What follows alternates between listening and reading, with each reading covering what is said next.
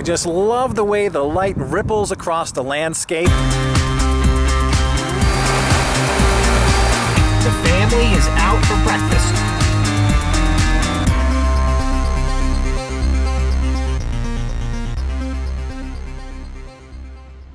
Golden hour here in New Mexico. I'm just north of Santa Fe on Route 503 on the way to Chamayo, and it's beautiful out here, wonderful weather.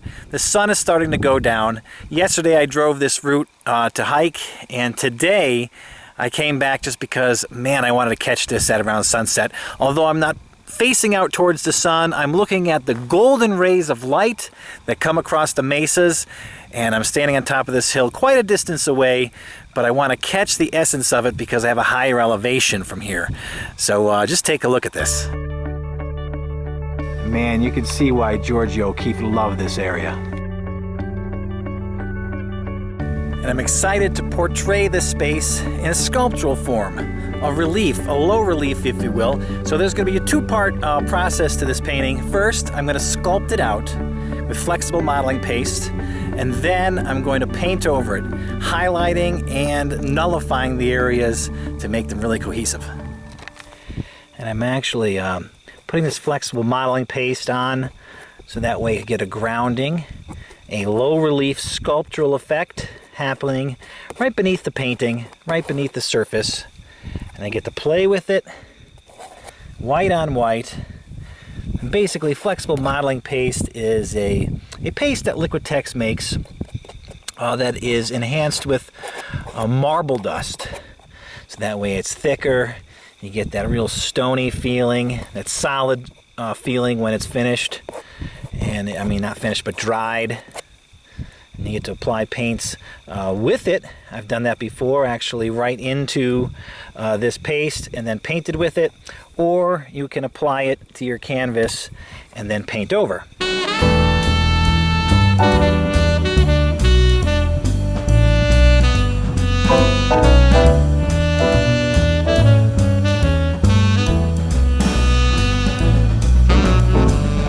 really get to get into the space with my smaller palette knife. Let me just call it a knife. It's not necessarily used as a palette right now. Get to hit some details, some ridges, some crevices, ridging around. Oh yeah, this is gonna look great with some paint on top of it. Texture, form, beauty. And some of the keys to move your eye around will be the small mark and the broad mark, that differentiation. And of course, one of the important parts is to look at the overall construction or composition of this canvas, even though it's white on white, and I get to see where the eye gets drawn in by the risen peaks and the flat areas, and see if that composition itself is worthy and looks of interest. Of course, I inject a bit of spirituality into this. I like to think of my artwork as something to not only look at, but to ponder upon, something that reaches you on the inside and hopefully draws out some awakening inside you, or remembrance of an awakening you once had. Now that's a beautiful sky, huh? Wow. And when I'm making a sculpture like this, it's important not to let the landscape rule me. In other words, I take in the landscape, I can move mesas around to make a better composition or a more emotional one, change up clouds. I get to do some manipulation. Of course, I'm taking the inspiration from nature itself and plastering it right down here on the canvas. Now, since this piece is highly textured and yet still wet, the trick is to get it into the car and not mess it all up.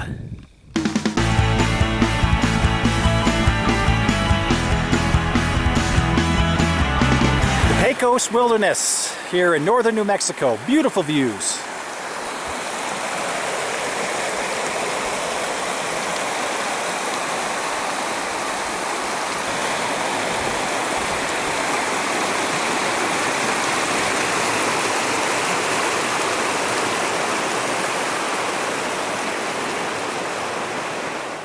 If you're enjoying this video, definitely like the video and subscribe to the YouTube channel. That way you'll receive all the newly uploaded videos as they come. Now, let's get back to painting.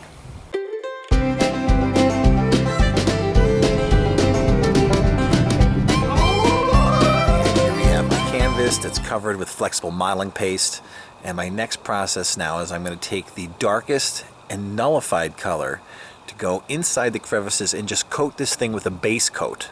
So in other words, if we have something that is orange that I see visibly that I want to be orange in this painting, then I will take the complementary color of blue and mix the complements together, nullifying that particular color. So in other words, it's going to gray the color out. In color theory, we sometimes call it graying out the color. And as we gray out the color, then I'm going to make sure it gets inside the crevices. That's the darkest parts. And then continually build upon those layers, painting and painting and painting again. All right, so since I want the dark spots here, which are going to be really the crevices of the mesa, I want them to be really dark and nullified. So since I got the idea that purple is going to be the dark color inside here, or the chroma, I'm going to take the complement of yellow, mix it with the purple, okay, and it may not be the exact complement, but it's pretty close. See how it's nullifying that color? It's really making it dull, or we say graying it out.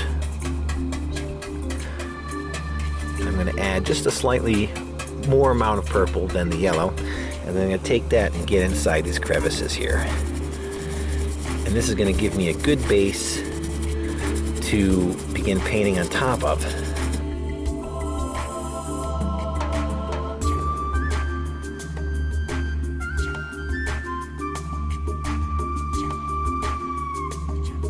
Now for the sky.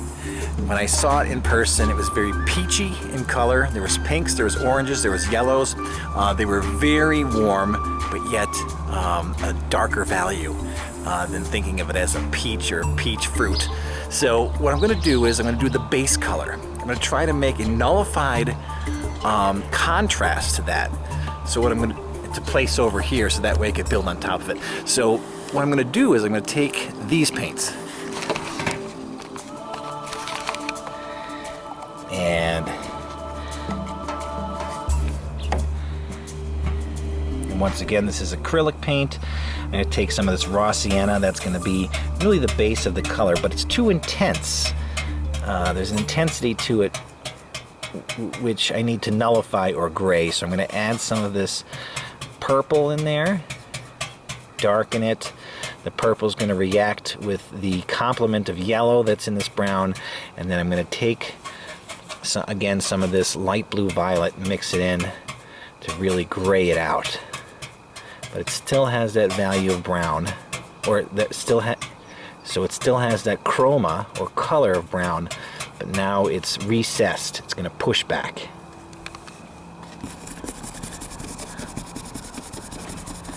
And it's okay to go right over the top of this. And again, this is just the base of the painting. I'm going to paint over again with multiple layers.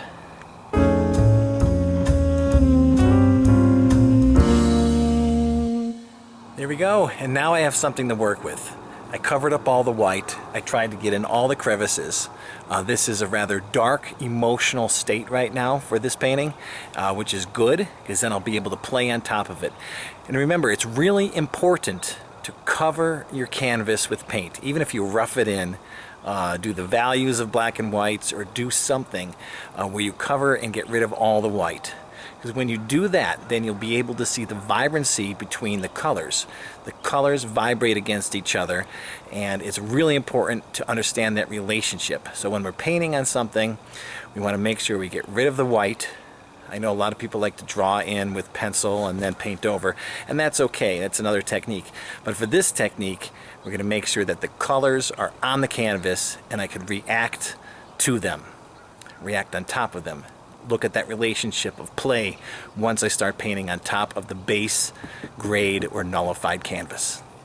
A nice flush lay of color as a beginning of a painting, and now the beauty is I get a chance to work on this and really liven it up.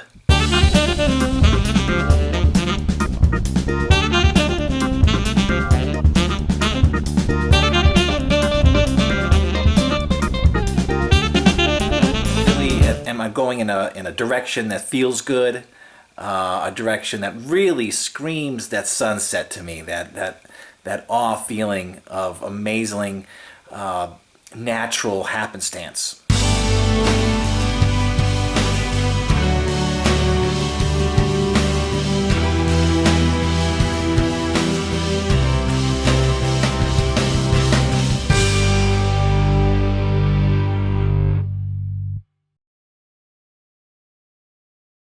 Thank you for joining me here on The Roaming Artist. You know, I've been bringing this type of content to YouTube for nearly a decade now. It all started back in Asia, and then when I started to travel to Europe as well as across the United States. And I really love doing these videos. I got some great plans for the end of this year into 2022, where we'll be experiencing New York, Virginia, Colorado, as well as Los Angeles.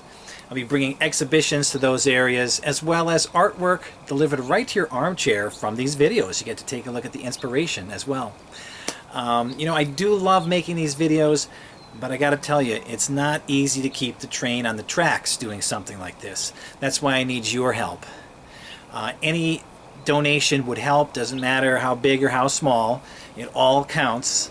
And I could use that help to keep this train running and to keep the Roaming Artist continuing to move and move and move and do these videos and content for free. If you join me on Patreon, you'll see that there are rewards for those types of donations. I call them artist perks, where I give back to the people that give to me. So I want to thank you, anybody that's participated. Thank you very much and bless you. I do want to mention that my Patreon account is called patreon.com/Daniel Kathalynas. And you can take a look at that.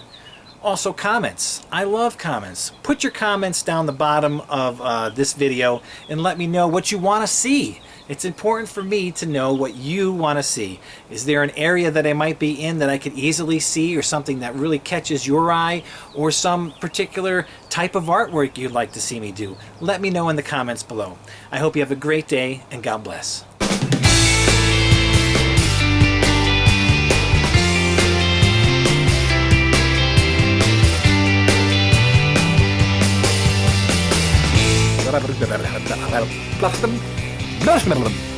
What?